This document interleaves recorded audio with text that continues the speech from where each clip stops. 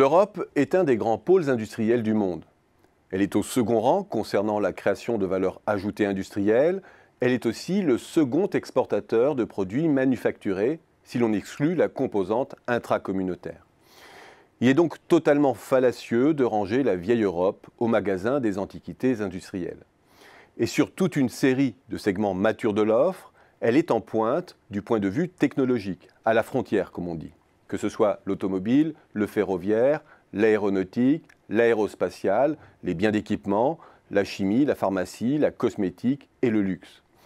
L'Europe de la concurrence a façonné de la sorte un socle industriel, certes inégalement réparti spatialement, mobilisant de moins en moins d'emplois, mais performant du point de vue des critères de compétitivité. Et c'est sur la base de ce constat exact pour un large spectre de secteurs que s'est solidifiée la doctrine productive européenne.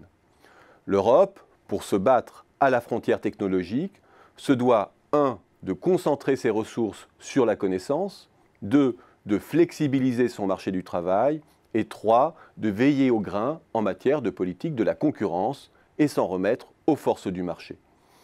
Cela étant dit, il existe aussi deux immenses béances dans la force de frappe productive européenne. C'est d'abord sa faible présence dans les secteurs névralgiques de la révolution numérique.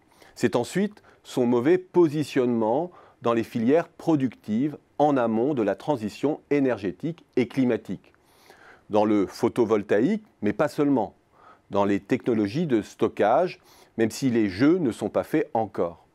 Mais le risque que les acteurs du transport sourcent leurs batteries auprès de producteurs asiatiques, plutôt que de privilégier une intégration verticale, demeure très élevé. Dans les deux cas, il ne s'agit pas d'un problème de demande. Dans les usages numériques, comme en matière d'objectifs climatiques, l'Europe est en pointe. Et c'est bien l'incapacité à organiser une filière en amont de ses besoins qui place l'Europe en situation de vassalisation des deux domaines pivots du capitalisme contemporain.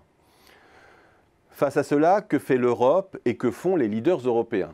Ils continuent à afficher des plans ambitieux qui arment la demande de technologies génériques dont le développement s'opère ailleurs. Ils développent les outils de financement de ces plans via la Banque européenne d'investissement notamment, qui consacre déjà plus d'un quart de ses investissements à la lutte contre le changement climatique. La BEI, qui est aussi pionnière depuis 10 ans concernant les obligations climatiquement responsables. Autant dire que le projet d'une Banque européenne du climat est déjà en ébauche.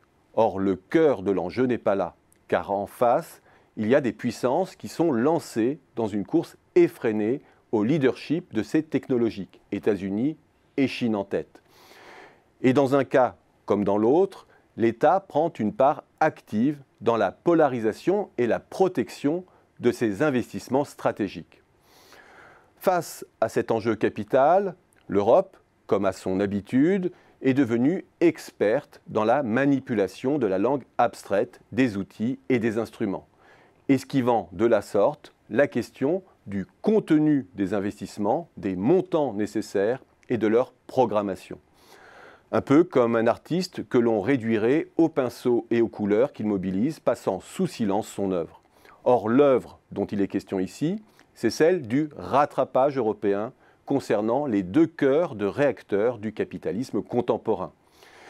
Il s'agit de deux enjeux vitaux sur lesquels l'Europe doit mutualiser ses forces et son capital et doit se doter d'une programmation stratégique si elle veut reprendre pied. Cela devrait être à l'épicentre de la renaissance européenne. Et la prostration de l'Europe en la matière est d'autant plus frustrante qu'elle a montré par le passé, de par sa culture étatique, qu'elle pouvait exceller dans la problématique du rattrapage et refonder son unité sur les enjeux productifs.